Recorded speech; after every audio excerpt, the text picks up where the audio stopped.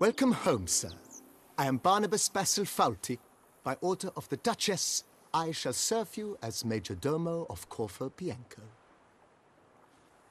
I previously served with distinction at the Nibli family manor and in Nazaire with Admiral Rompali, who, as you are certain to know, is an extraordinary, demanding gentleman. Whoa, Barnabas Basil. One thing you ought to know. I'm not your typical landed gentleman. Truth be told, this is the first real property I've ever owned. Oh, in that case, you must leave it all to me. I shall organize, see to everything, and whip the house into order. I dare say this place will soon be the most prosperous vineyard around. Great. Can already see I'm in good hands. Vineyard comes across as a place with a rich history. Know who owned it before me? Baron Rossel, who went bankrupt, forcing him to sell the estate to the Duchess.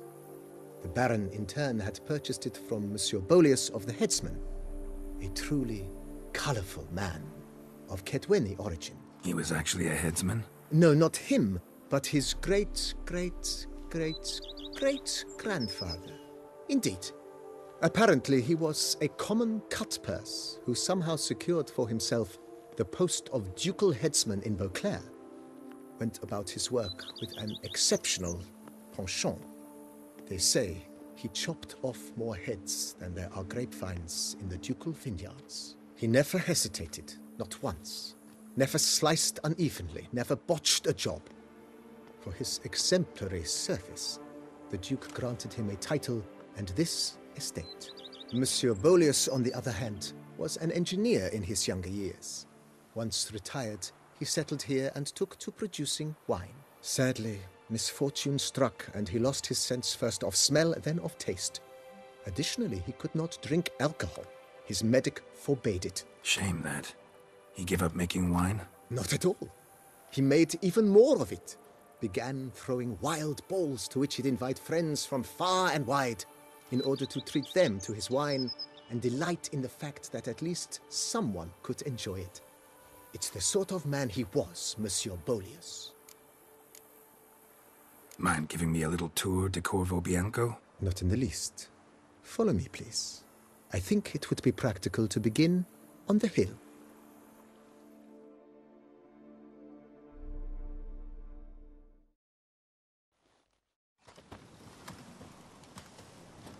Behold, sir, your estate in all its splendor. Pretty vast. Indeed. And now, sir, allow me to show you a handful of interesting details. Follow me, please. Been a major domo all your life? Yes, I come from a long line of major domos. My father was a major domo, as was my grandfather before him, as was my great-aunt. In fact, she was the one to start the tradition. Great-aunt? A hard woman. It is said that already as a child, she knew where she was going and went there. When she arrived in Beauclair, she signed on as a chambermaid at one of the vineyards, then slowly worked her way up to Major Domo. She dragged the rest of the family up the same path. A man who dare not down some red is a man whose wives like to thump his head.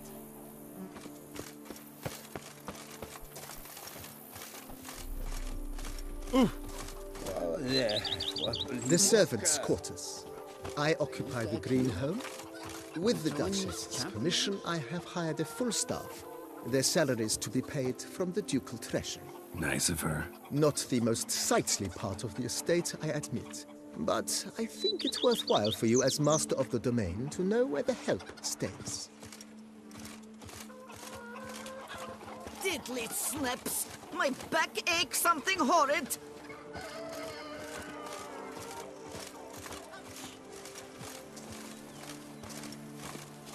Baron Rossel ordered the vines in this part of the estate uprooted and olive groves planted in their place.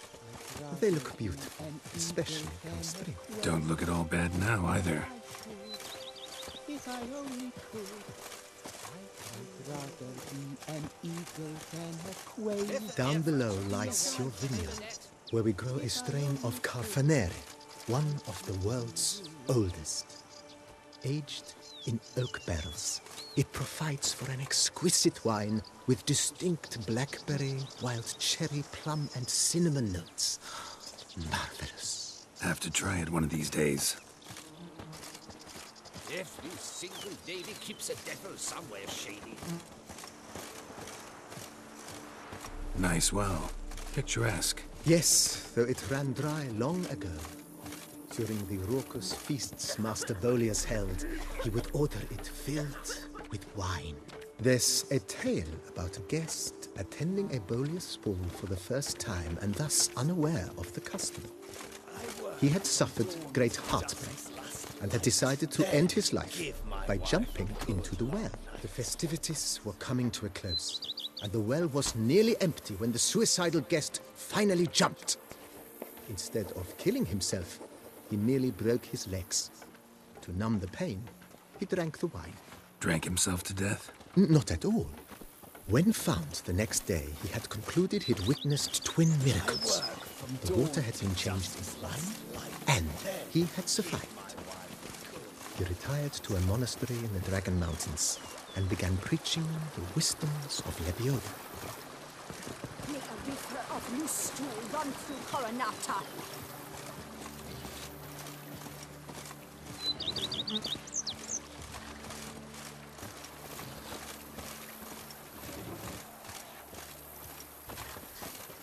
Monsieur Bolius, his wife Nina, kept a garden here.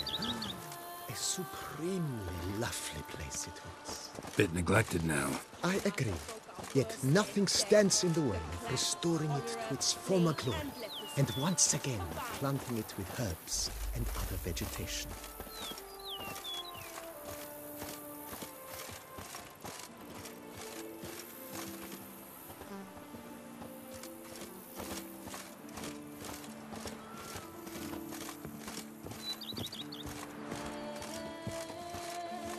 Madame Nina planted diminutive, delicate flowers and herbs here.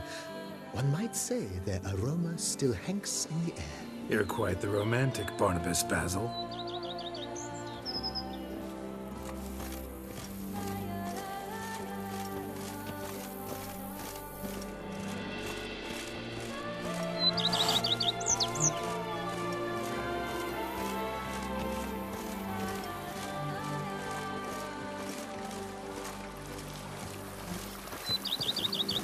A witcher.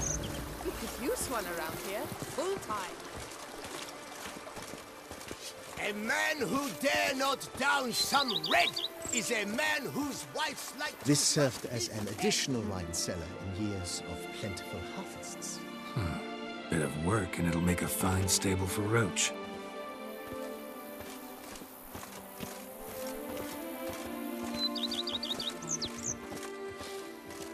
You smell that? Those are the vapors of Toussaint. The cellars, voila. During Monsieur Bolis's time, wine was kept here, but Baron Rossel used it to store olive oil as well. I took the liberty of cleaning up the mess, which... I made while fighting the Bruxa. Thanks, Barnabas Basil. Appreciate it.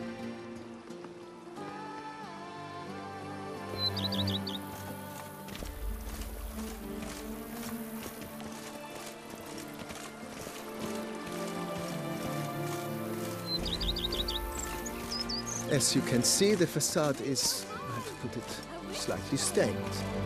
But one cannot deny it, a certain subtle southern charm. True, though it could use a bit of subtle paint.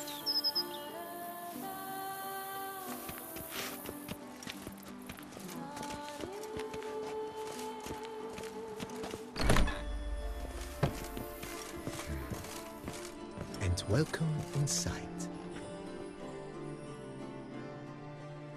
On the left is the master bedroom. On the right, the dining hall and kitchen. Upstairs, you shall find the guest room, currently used for storage. Not a bad idea. At the moment, the house is only minimally furnished. Yet I believe we will, together, devise some innovative arrangements. A few paintings, for instance, would breathe new life into the abode immediately. With that, sir, you've seen the full lay of the land. Corvo Bianco is a beautiful estate. Though one must admit, time has taken its toll. If Forgive me for being forward, but if you were to choose to invest a small sum towards its beautification, consider me at your service on the matter. Think I'll take you up on that. Be sure to come and see you if I decide to do any remodeling. Mentioned the place could stand to be spruced up. Oh, most decidedly, sir. The question is where you would like to begin this rejuvenation.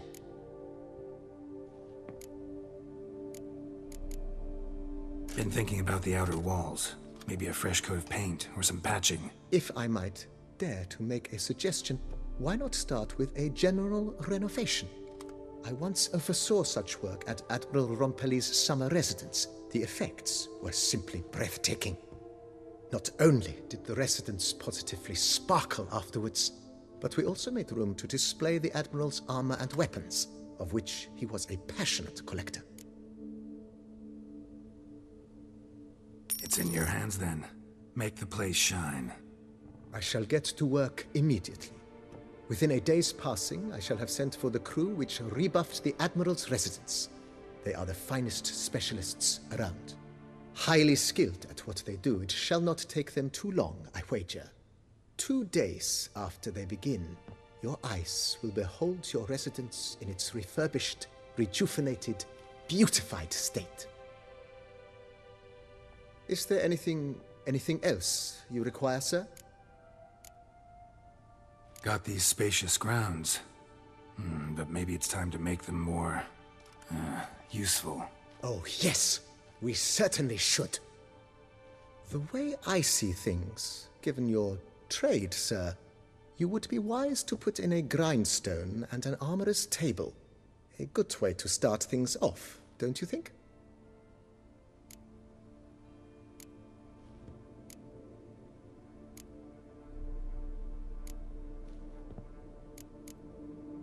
My armor needs work from time to time. You know, oil this, reinforce that. Could use a decent work table where I could do all that. Admiral Rompelli once hired a specialist who made the finest armorer's tables this side of the Yaruga. I will contact him at once.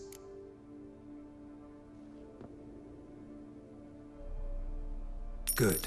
Order me up a table like that. Immediately, sir. I expect it will take at most 1 day to arrive. Will you be needing anything else, sir? In my trade, my blades get dull pretty quick. Could use a grindstone, professional grade. Of course. No one would consider that an unnecessary extravagance, I would wager. Then send out for one, please. A high-quality stone to be set up in the yard. Of course. I shall send a runner to town at once. I believe you shall be grinding to your heart's content by tomorrow. Will you be needing anything else, sir? Know what? Changed my mind. Not in the mood to talk about redecoration today. But I wanted to ask you something else. I shall be glad to answer your every question, sir. Thanks. Gotta get back to my business now. See you soon.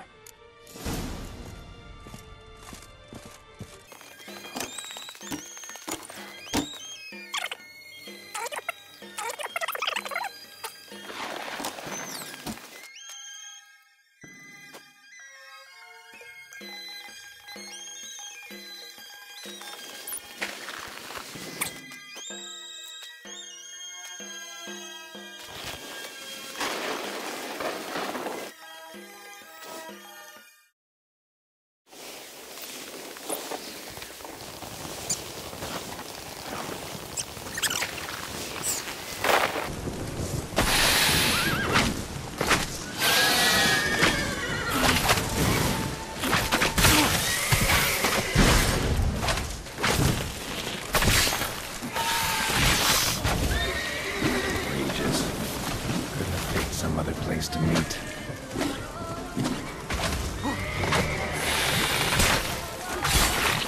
How long are you gonna live?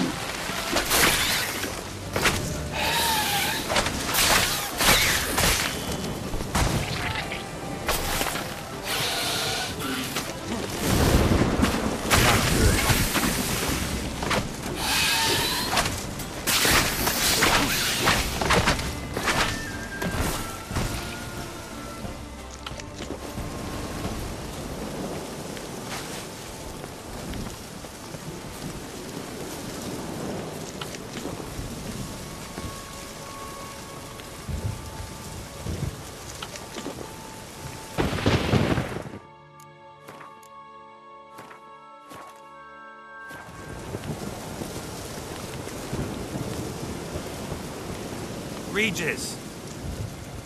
Damn it. Locked. No way I got the place wrong. This is it. Gotta be another way in around here.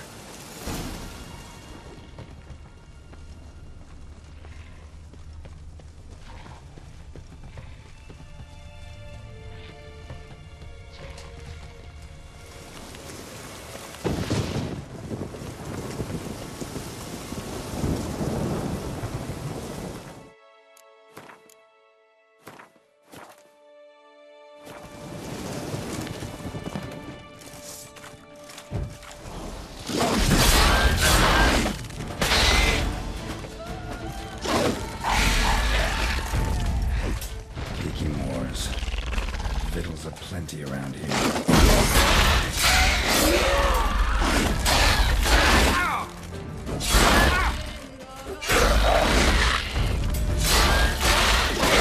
Down. Kicking more eggs. Need to incinerate these to ash.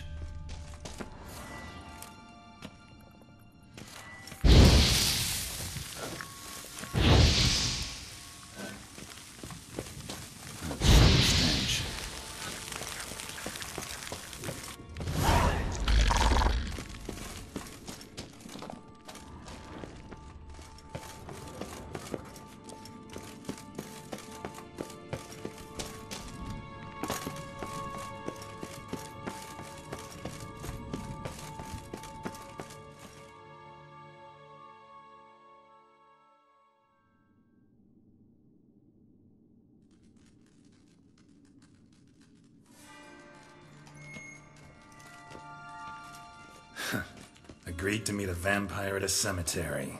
How much more cliché can you get? Nothing comes readily to mind. Could have left the door unlatched. What of my privacy? I value it rather deeply. Unmolested, especially by unwanted guests, that's my preferred state. Besides, I knew you'd find a way to get in. True enough. Need to find your friend. I'm hoping you'll agree to help. I shall do whatever's in my power. Yet what you want or even need must matter little. What matters is what Dettlaff wants. If he does not wish to be found, you will not find him. Ever. End of story. Come on. Gotta be some way.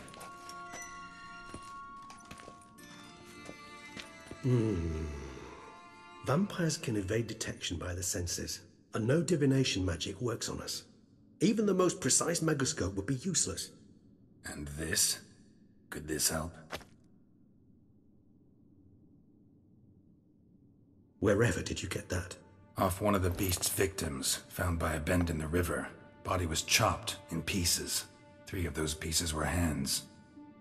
Hand with the ring seemed the odd one out. Abruxa had taken an interest in it.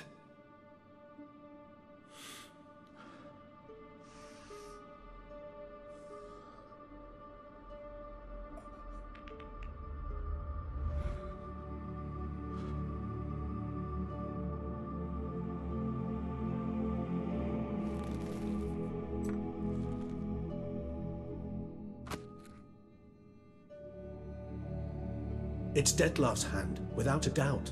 It will do splendidly.